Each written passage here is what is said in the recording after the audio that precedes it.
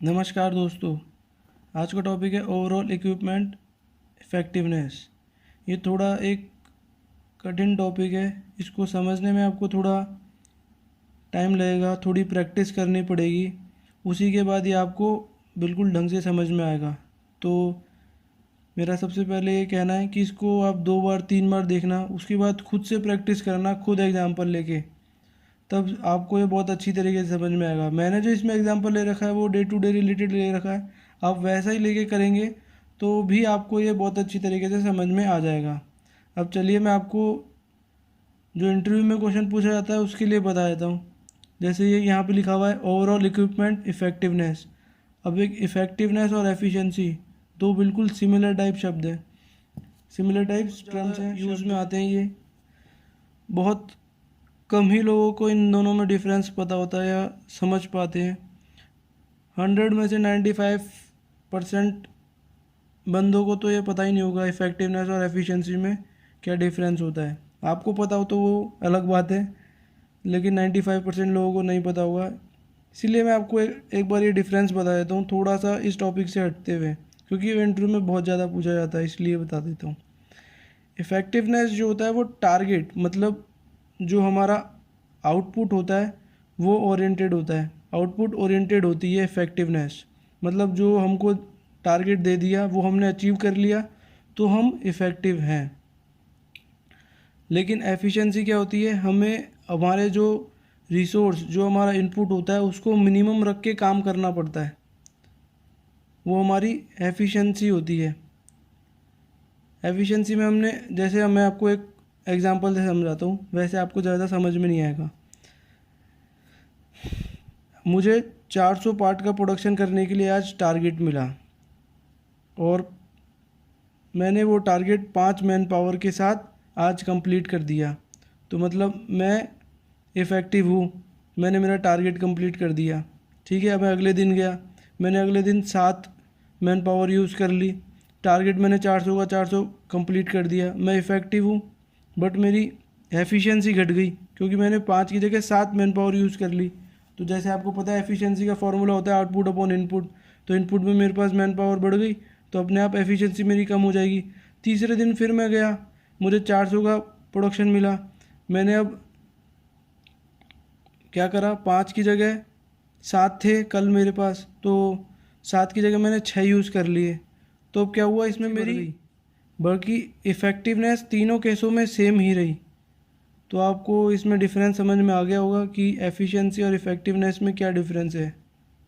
ठीक है, एफिशिएंसी हमारी बदलती रहेगी जैसे हमारा इनपुट होगा, लेकिन इफ़ेक्टिवनेस हमारी रिमेंस कांस्टेंट रहेगी। एक डिज़ायर आउटपुट चाहिए, जैसे मान लीजिए मुझे ये चाहिए 500 रुपये। उसके लिए मैंने क्या करा क्या नहीं करा, मेरे पास जेब में 500 रुपये आ गए मतलब मैं इफ़ेक्टिव हूँ।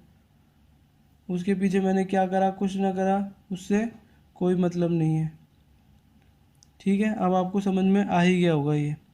तो हम चलते हैं OEE के फॉर्मूले पे, अवेलेबिलिटी, परफॉर्मेंस और क्वालिटी। ये 3 इंडिकेटरों से मिलके बना होता है। अब ये 3 इंडिकेटर क्यों यूज़ में लिए, मैं एक डायग्राम के थ्रू समझा देता हूँ। जैसे ये इनपुट, आउटपुट और ये मशीन यानी प्रोसेस, कुछ भी कह लो आप इसको। ये डायग्राम है, ये इंडस्ट्री में बहुत यूज़ डायग्राम आता है। तो अगर ये तीनों इंडिकेटर आप भूलेंगे नहीं कि OEE में कौन कौन से इंडिकेटर आते हैं, उसके लिए मैंने डायग्राम बनाया। जैसे इनपुट है, इनपुट दोगे तो वो परफॉर्मेंस से रिलेटेड होता है। जब भी आप भूलोगे तो ये डायग्राम बनाओगे अपने आप समझ में आ जाएगा। इनपुट P लिख दिया, परफॉर्मेंस से रिलेटेड होता है। मशीनरी अवेलेबिलिटी से रिलेटेड होता है। आउटपुट क्वालिटी से रिलेटेड होता है। अब आपको ये समझ में आएगा कि इनपुट से मशीन अवेलेबिलिटी, मशीन से, और आउटपुट से क्वालिटी कैसे रिलेटेड होता है, वो आगे जब मैं आपको फॉर्मूला बताऊंगा। तो आपको कुछ भी याद करने की ज़रूरत नहीं है। ये अगर आपने याद कर लिया तो आप पूरी OEE बहुत ही आसान तरीके से निकाल लेंगे। वर्ल्ड क्लास मैन्युफैक्चरिंग के लिए आपको OEE जो है 85% से ग्रेटर देन होनी चाहिए। मतलब 85% से ज़्यादा अगर आपकी OEE आ रही है तो आप वर्ल्ड क्लास मैन्युफैक्चरिंग कर रहे हो। अगर OEE 85% से कम आ रही है तो अभी आपको कुछ इम्प्रूवमेंट, फर्दर इम्प्रूवमेंट करने की अपने प्लांट में ज़रूरत है। अवेलेबिलिटी क्या होती है, available time minus down time upon available time. अभी अवेलेबल टाइम किसका है? अवेलेबल टाइम ये है मशीन का। मशीन आपको कितने टाइम तक अवेलेबल टाइम होता है वो टोटल शिफ्ट टाइम होता है। मतलब टोटल शिफ्ट आपकी अगर 8 घंटे की है तो 8 घंटे होगा टोटल अवेलेबल टाइम। 10 घंटे की है तो 10 घंटे होगा। 12 घंटे की है तो 12 घंटे उसका अवेलेबल टाइम होगा। डाउन टाइम में क्या होता है कि जिस भी वजह से अगर मशीन बंद रही हो, चाहे लंच, टी या ब्रेक डाउन, कुछ भी वजह से बंद रही हो, वो आपका डाउन टाइम के अंदर आता है। अब मान लीजिए आपका शिफ्ट टाइम है 8 घंटे का, तो हम इसको मिनट्स में कैलकुलेट करते हैं, आसानी रहती है कैलकुलेशन करने में। तो 480 मिनट्स आपके टोटल अवेलेबल टाइम हो गया। अब मान के चलते हैं हम डाउन टाइम निकालते हैं। ये हम अपने सपोज करके ले रहे हैं कि इतना इतना इतना डाउन टाइम हुआ होगा, सिर्फ only in general OE calculate करने के लिए। ये आपके प्लांट में, आपके वहाँ पे अलग अलग भी हो सकता है। तो लंच टाइम 30 मिनट्स हमने कंसीडर किया है। टी टाइम 20 मिनट्स कंसीडर किए हैं, मतलब 10-10 मिनट की 2 टी टाइम जैसा हमारे प्लांट में होता है वैसे मैंने यहाँ कैलकुलेट किया है। और 30 मिनट मैंने जनरल ब्रेकडाउन का कंसीडर कर लिया। हमारे पास कितनी आ गई? 480 available time minus down time हमारे पास कितना आ गया? 80 मिनट्स जैसा हमने कंसीडर किया था। 30 मिनट्स हमने लिए थे लंच में, टी के लिए 20 मिनट्स और ब्रेक डाउन में हमने लिए थे 30 मिनट्स, तो टोटल मिला के हो गए थे 80 मिनट्स। तो 480 में से 80 माइनस करें 400 आ गए टोटल अवेलेबल टाइम। ये फॉर्मूले में से आप रख ही देंगे तो कैलकुलेशन करेंगे। कैलकुलेशन के बाद आप देखते हैं तो ये 83% हमारे पास अवेलेबिलिटी आती है।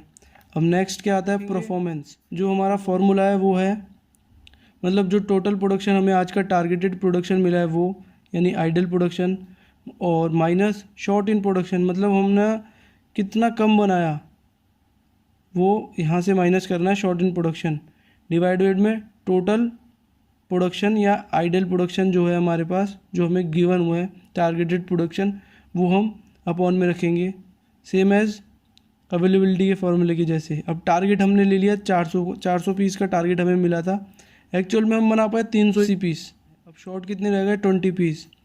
तो जो हमारा टारगेटेड प्रोडक्शन था 400, वो माइनस शॉर्ट रह गए 20 पीस डिवाइड बाय 400 जो टारगेटेड प्रोडक्शन था या आइडियल प्रोडक्शन था।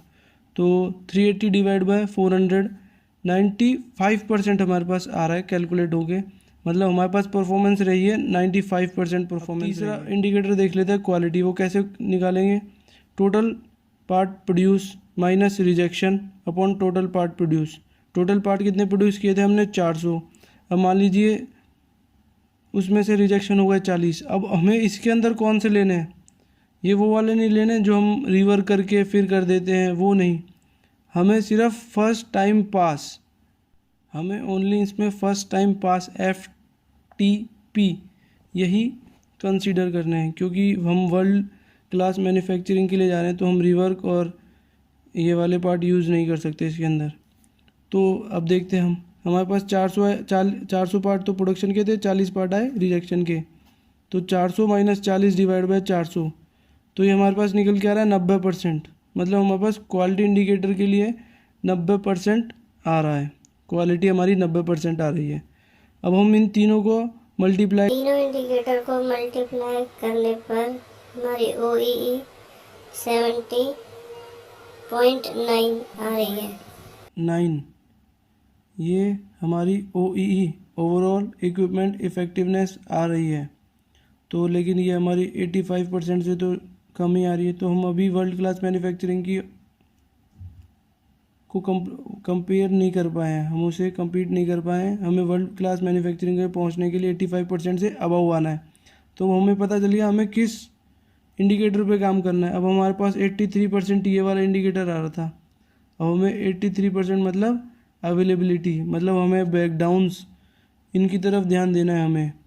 तो ये है OEE से हमें ये पता लगता है हमें किस तरफ ध्यान देना है, कि हमें अवेलेबिलिटी की तरफ ध्यान देना है, कि हमारी मशीन की तरफ ध्यान देना है, कि हमारे परफॉर्मेंस की तरफ ध्यान देना है, कि हमें क्वालिटी के टर्म्स में ध्यान देना है, क्वालिटी इंडिकेटर की तरफ ध्यान देना है। तो ये तीनों मेजर इंडिकेटरों से हम हमारी इक्विपमेंट की एफिशिएंसी बढ़ा सकते हैं। ओवरऑल मतलब प्लांट की, ओवरऑल इक्विपमेंट्स की, मतलब जितने भी हमारे पास इक्विपमेंट्स हैं सब में ऐसा करके हम पूरे प्लांट की इफ़ेक्टिवनेस बढ़ा सकते हैं और वर्ल्ड क्लास मैन्युफैक्चरिंग की ओर जा सकते हैं।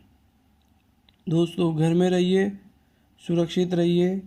लॉकडाउन का समय चल रहा है तो ज़्यादा से ज़्यादा बाहर ना निकलें। अगर आपको ये वीडियो में कुछ भी समझ में नहीं आया हो तो आप इसको पॉज करके रिवाइज करके 2 बार 3 बार देख के आप समझ सकते हैं। अगर फिर भी समझ में नहीं आया तो मुझे कमेंट करो। जिस भी चीज़ के लिए समझ में नहीं आएगा उस चीज़ के लिए मैं या तो अलग से वीडियो बना दूंगा या आपको बता दूंगा। शेयर और कमेंट करना ना भूलें दोस्तों।